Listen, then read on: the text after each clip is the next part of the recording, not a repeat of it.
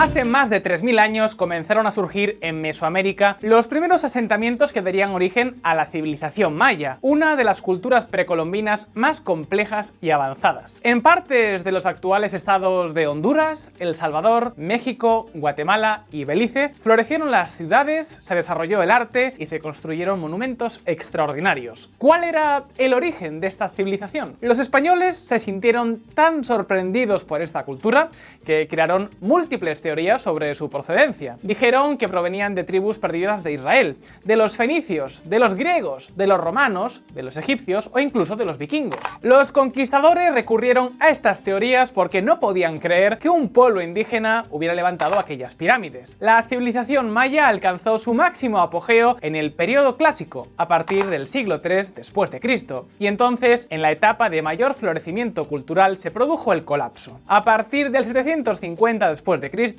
los mayas vieron la caída de su cultura. Una gran cantidad de ciudades de la zona sur de las tierras bajas quedaron deshabitadas. Millones de personas se marcharon, la población descendió en un 90% y las ruinas fueron devoradas por la selva. Observar las ruinas de esta civilización fue una verdadera sorpresa para los conquistadores españoles, que llegaron varios siglos después del colapso.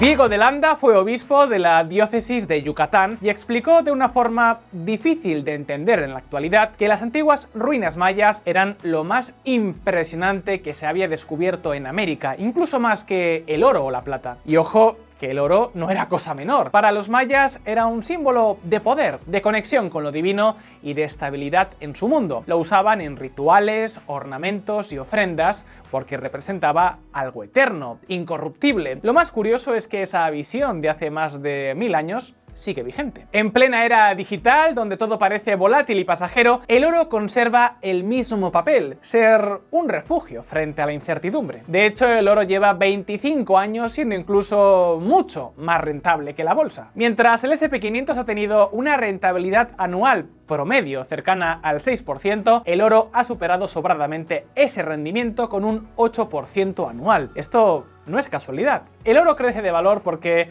es un activo tangible que no depende de la solvencia de ningún gobierno o empresa, ni tampoco de las decisiones políticas de los líderes mundiales. Pero ojo, invertir en oro no es tan fácil como meter unos lingotes debajo de la cama y ya está. Hay formas más inteligentes, sencillas, rápidas y seguras de hacerlo. Entonces, ¿cuál es la mejor forma de invertir en oro? Pues depende, cada caso es diferente. Así que en el club de la Visual Factory hemos preparado un informe gratuito con 4 estrategias distintas para invertir en este metal precioso. Todas ellas con sus pros y contras para que puedas saber qué tipo de inversión en oro encaja mejor contigo. Así que si quieres añadir estabilidad, rendimiento y diversificación a tus ahorros, descarga ahora mismo gratis el informe exclusivo que hemos preparado. Haz clic en el código QR o en el enlace de la descripción de este vídeo para descargar tu guía ya mismo. Y dicho esto, las preguntas importantes. ¿Por qué las ciudades mayas que tanto impresionaron a De Landa quedaron deshabitadas? ¿Cómo una civilización tan impresionante desapareció en cuestión de un par de generaciones? ¿Qué pasó con todos sus habitantes? Este, amigos, es uno de los mayores misterios de la arqueología y de la historia económica. Y hoy, aquí en Visual Economic, vamos a arrojar luz sobre el sorprendente colapso maya. Entre el año 750 y el 900, el Mayab, la tierra de los mayas, entró en crisis. Decenas de ciudades que hasta entonces eran auténticas joyas urbanas fueron abandonadas de la noche a la mañana. Imagina la escena: palacios vacíos, templos sin sacerdotes, plazas sin mercado, un silencio incómodo en medio de la selva. Desde que los primeros exploradores modernos se toparon con esas ruinas cubiertas por la vegetación, arqueólogos e historiadores se han hecho la misma pregunta: ¿qué demonios pasó aquí? Y ojo, porque respuestas hay para todos los gustos.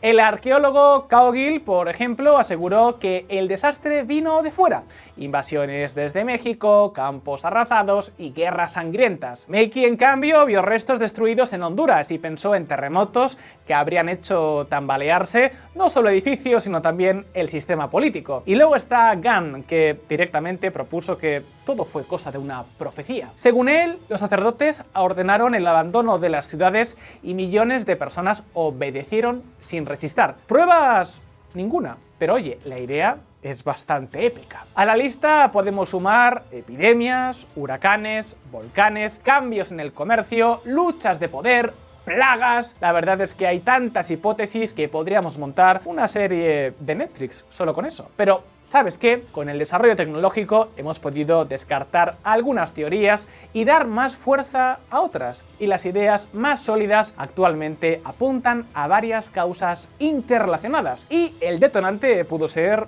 unas sequías. El agua es vida. La zona que se vino abajo, el sur de las tierras bajas, tenía un problema de base: el agua. A diferencia de otras civilizaciones que crecieron junto a grandes ríos, como Egipto con el Nilo o Mesopotamia con el Tigris y el Éufrates, los mayas del sur no tenían esa suerte. ¿El motivo? El terreno. La península del Yucatán está formada por karst, una roca caliza tan porosa que absorbe el agua de lluvia como si fuera una esponja gigante. Y por si fuera poco, la capa freática, es decir, el agua subterránea, estaba demasiado profunda como para que la alcanzaran con pozos. En el norte, en cambio, la historia era muy distinta. Allí estaban los famosos cenotes, pozos naturales que daban acceso directo a ese agua. Entonces, ¿cómo sobrevivieron los mayas del sur? Con ingeniería. Construyeron aguadas, enormes depósitos sobre suelo de arcilla que retenían la lluvia como si fueran gigantescas bañeras al aire libre. Gracias a eso, la civilización pudo crecer y prosperar. Pero ahora, imaginad el peor escenario posible: un año con menos lluvias. Vale, sobrevives con lo almacenado. Otro año aún peor. Las reservas empiezan a bajar y luego otro y otro y otro, hasta que el agua que tenías para beber, para cultivar y para vivir simplemente desaparece. Y esto no es una hipótesis sin pruebas. Tenemos evidencia científica de que en el periodo clásico terminal se produjeron sequías larguísimas. Por un lado, la naturaleza jugó su papel. Hubo ciclos de mayor radiación solar que duraron nada menos que 208 años. Pero ojo, porque no todo fue culpa del sol. Los mayas también pusieron de su parte, aunque sin saberlo.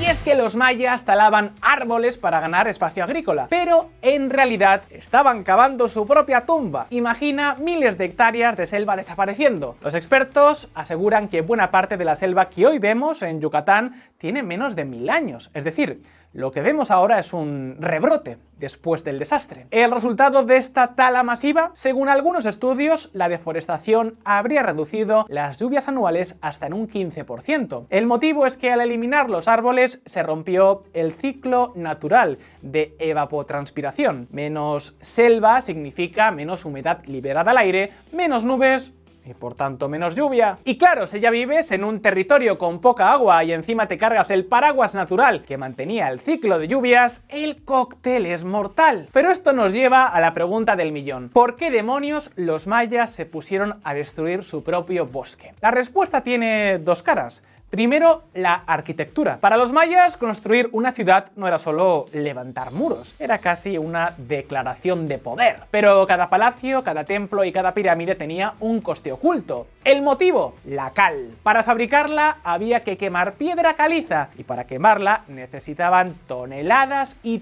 toneladas de madera. Vamos, que cada edificio monumental era también un gigantesco horno devorador de bosques. La segunda razón es más incómoda: la presión demográfica. Y aquí los arqueólogos nos han dado una sorpresa en los últimos años. Gracias a la tecnología LIDAR, que dispara millones de rayos láser sobre la selva para desnudarla, hemos descubierto que las ciudades mayas eran todavía más grandes de lo que imaginábamos. Lo que parecían pequeños asentamientos resultaron ser auténticas megaciudades ocultas bajo la vegetación. ¿Y cuánta gente vivía allí? La última estimación, publicada en julio de 2025, 1905 por la Universidad de Tulane es de entre 9,5 y 16 millones de personas, más del triple de lo que creíamos hasta hace nada. Claro, alimentar a semejante población tenía un precio, había que ganar un espacio de cultivo, y eso significaba talar selva a diestro y siniestro. Pero es que además el cambio climático conllevó otro varapalo para la agricultura maya: no poder medir los tiempos. Los cambios en el clima no solo trajeron sequías, también irregularidades. En otras palabras, los ciclos dejaron de ser fiables. ¿Y qué problema había con eso? Pues que una de las claves del éxito agrícola maya era su capacidad para predecir el momento exacto de la siembra. Gracias a su avanzado conocimiento de la astronomía, sabían exactamente cuándo plantar para maximizar las cosechas. Pero claro, si el clima deja de obedecer al calendario, si las lluvias llegan tarde o demasiado pronto, entonces ni las estrellas sirven de guía. Y sin calendario fiable, la productividad agrícola se desplomó. El escenario se volvió asfixiante. Menos agua, dificultades para planificar y una población gigantesca que alimentar. Los alimentos comenzaron a escasear y el maíz almacenado, que además caduca a los 18 meses, no era suficiente para salvar la situación. Imaginad la frustración, generación tras generación, convencida de que los dioses los habían bendecido y de pronto ¡nada funciona! Seguramente muchos pensaban que simplemente estaban atravesando una racha de mala suerte. Pero aquí viene lo importante: esa sensación de desgracia permanente minó la confianza en el sistema. Y cuando una sociedad cree que su élite ha perdido el favor de los dioses, lo que viene detrás es inevitable: crisis de legitimidad política y conflictos entre ciudades. Los campesinos mayas no solo sembraban maíz para sí mismos, también dedicaban parte de su esfuerzo a alimentar a los reyes con los mejores manjares, como carne de venado, y a levantar palacios y pirámides monumentales en su honor. ¿Y por qué aceptaban hacerlo? La respuesta está en la legitimidad divina. Para los mayas, sus reyes no eran simples gobernantes, eran algo parecido a dioses vivientes. Se identificaban con sus antepasados míticos, los mismos que, según las leyendas, habían participado en la creación del mundo y desde lo alto de las pirámides presidían los rituales que mantenían en equilibrio el universo. Pero su papel más importante era otro: eran intermediarios entre los dioses y el pueblo. En pocas palabras, el rey era responsable de que todo saliera bien, que no hubiera epidemias, que las mujeres fueran fértiles, que los campos dieran buenas cosechas y que nunca faltara alimento. Ahora pensadlo, llega la sequía, la tierra deja de producir, las cosechas se hunden. ¿A qué responsable señalas? Exacto, al rey. Y si el rey ya no puede garantizar la abundancia, entonces la gente se hace la pregunta incómoda: ¿para qué seguir dándole carne de venado? Muchos arqueólogos han planteado que algunos asentamientos colapsaron por esto mismo, por las revueltas internas contra los líderes. Y para ser honestos, tenemos pruebas de la pérdida de apoyo social de los gobernantes. En realidad, cuando hablamos del colapso, nos estamos refiriendo a un proceso de 3 fases. Primero, dejaron de construirse las llamadas estelas. Las estelas eran unos monumentos de piedra tallada que se hacían para conmemorar eventos o representar escenas, generalmente de gobernantes, y que se convirtieron en una forma de expresar su poder. Digamos que era su forma de publicitarse. Segundo, dejaron de construirse nuevos edificios. Y por último, las minorías dirigentes y grandes masas de campesinos abandonaron las ciudades. La conclusión que sacamos es que se produjo una crisis política porque afectó a los símbolos relacionados socialmente con el poder. Pero esto no termina aquí, porque hay otra causa del colapso que está directamente relacionada con la pérdida de apoyo social de los líderes. Al igual que en la novela de Orwell, los líderes mayas encontraron en la guerra la solución a todos sus problemas. La lógica era simple: si la gente está hambrienta y frustrada, nada como darle un enemigo externo. Pan y circo, pero sin pan. El problema es que, lejos de resolver la crisis, esta estrategia solo aceleró el colapso. Pero antes de entrar en los detalles, hagamos un pequeño alto. ¿Cómo era realmente la guerra entre los mayas? A diferencia de los aztecas o los incas, los mayas nunca fueron un imperio unificado. Eran un mosaico de ciudades-estado relativamente independientes, aunque compartían lengua, religión y tradiciones. Y dentro de ese tablero político, 2 nombres destacan sobre todos los demás: Calakmul y Tikal, dos superpotencias regionales que competían sin descanso por la hegemonía. Hasta hace unas décadas, la imagen popular de los mayas era la de un pueblo más bien pacífico, obsesionado con los astros y las pirámides. Pero las excavaciones arqueológicas nos han mostrado otra cara mucho más cruda. La guerra era constante. ¿Y cómo luchaban? Pues aquí viene lo interesante. No era una guerra al estilo europeo, con ejércitos masivos y campañas de conquista total. No, los mayas peleaban de una forma mucho más peculiar. La selva era un entorno tan exigente que si las guerras hubieran sido realmente brutales, los mayas jamás habrían podido desarrollar una civilización. Y ojo que tampoco tenían medios para sostener conflictos de gran escala. Pensemos en esto. Los mayas no usaban la rueda ni tenían animales de tiro. Eso significa que abastecer a un ejército era un dolor de cabeza. Imagina a un soldado cargando su propio saco de maíz. Cuanto más camina, más maíz necesita comer y menos sobra para la tropa. Resultado, campañas largas, imposibles. A eso súmale que sus armas eran de piedra, porque no disponían de metales como el hierro o el bronce. ¿Y cuál era el resultado? Que las guerras mayas estaban muy reguladas. Se combatía en sabanas previamente acordadas, con ejércitos pequeños y bastante profesionalizados. No se trataba de exterminar al enemigo, al contrario, no se destruían ciudades, no se quemaban cosechas, ni se masacraba a los campesinos. Cuando una ciudad caía, lo habitual era imponer un tributo y cierto control político, pero sin eliminar su independencia. Era más un juego de prestigio que una guerra total. Claro que hubo excepciones. El caso de Wizna, donde una ciudad fue completamente incendiada, nos muestra que las guerras totales existieron, pero eran rarísimas hasta que comenzó el colapso. Entonces esas excepciones dejaron de ser excepciones y se empezaron a convertir en la norma. Y ahora te estarás preguntando, ¿por qué os cuento todo esto? ¿Qué más da que las guerras mayas fueran así o asá? Pues porque justamente ahí está la clave. Cuando todo empezó a derrumbarse, las guerras se hicieron más cruentas y más frecuentes.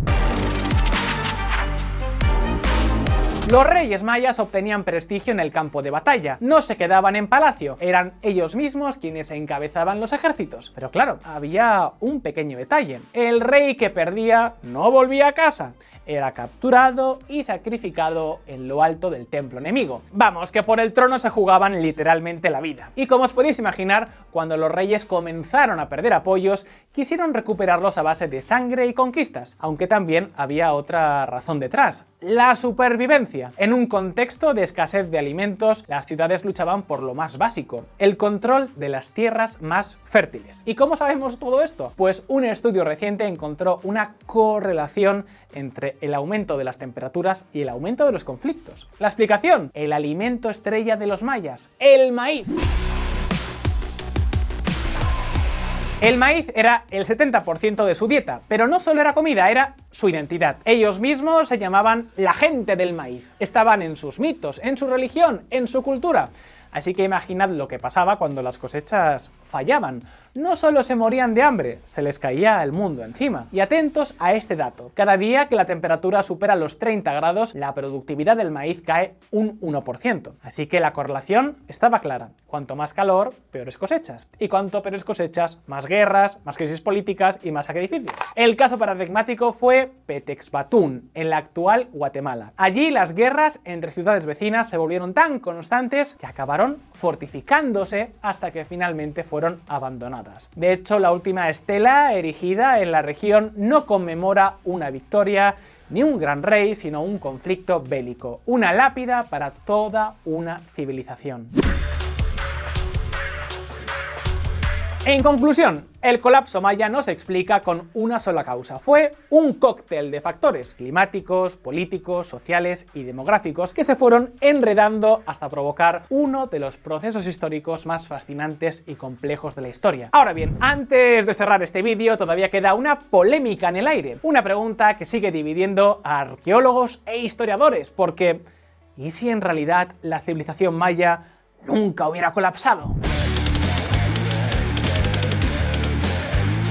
Todo esto que os hemos contado es cierto, pero nos hemos dejado una pregunta que responder. ¿De verdad hubo un colapso maya? En los últimos años se ha publicado mucho sobre el colapso de la civilización maya y sus causas. Podría ser prudente prolongar este capítulo con una simple afirmación de que, en mi opinión, tal cosa no ocurrió. A día de hoy viven 6 millones de mayas en los mismos territorios en los que vivieron sus antepasados y se conservan 22 lenguas mayenses. Los mayas de la actualidad guardan proximidad genética a los del periodo clásico y conservan algunas tradiciones, creencias y símbolos culturales. De hecho, se sienten muy orgullosos de su pasado, aunque por desgracia en ocasiones no han sido tenidos en cuenta por los estados. Guatemala debe brindar reparación a los pueblos maya. El desarraigo de las víctimas de sus territorios tradicionales tuvo un impacto profundamente devastador y duradero. Tuvieron que abandonar sus prácticas culturales, dejar de usar sus vestimentas tradicionales y dejar de hablar su idioma. Los hechos nos dicen que las ciudades del sur de las tierras bajas sufrieron cambios profundos, quedaron deshabitadas, la estructura social se hundió y las grandes pirámides fueron enterradas en la selva. Sin embargo, después florecieron otros asentamientos en zonas distintas, y otras ciudades, como Chichén Itzá, perduraron algunos siglos más. Además, como hemos dicho, los mayas todavía son una comunidad viva. A esto se refiere el prestigioso antropólogo Andrews. Los mayas no colapsaron por completo. Los pocos que quedaron cambiaron, se adaptaron y progresaron hasta nuestros días. Y en el fondo siempre ha sido así. Los europeos no dejamos de ser descendientes en mayor o menor grado de los romanos. Hoy el imperio no existe, el latín no se habla, pero conservamos instituciones como el derecho romano, nuestras lenguas son hijas del latín y muchas de nuestras costumbres beben de aquellos días. Sin embargo, los grandes imperios, las grandes civilizaciones siempre acaban cayendo para dar paso a las nuevas. Y sí, las grandes ciudades mayas se abandonaron, pero lo mismo pasó con la ciudad de Roma durante siglos hasta que volvió a recuperarse. De hecho, en los últimos años del Imperio Romano de Occidente, la capital se repartió entre Milán y Rávena. Roma quedó completamente atrás. Pero dicho esto, ¿qué enseñanzas de la historia maya podemos aplicar al siglo XXI? ¿Cuál de las hipótesis te parece más razonable? ¿Se te ocurre alguna razón más que explique el colapso? Puedes dejarme tu respuesta abajo en los comentarios. Y como siempre, no olvides que aquí en Visual Economic sacamos vídeos nuevos todas las semanas, así que suscríbete a este canal si aún no lo has hecho y dale a la campanita para no perderte ninguna de nuestras novedades. Si te gusta este vídeo, dale al botón de like y nos vemos aquí en Visual Economic en un próximo vídeo. ¡Un saludo!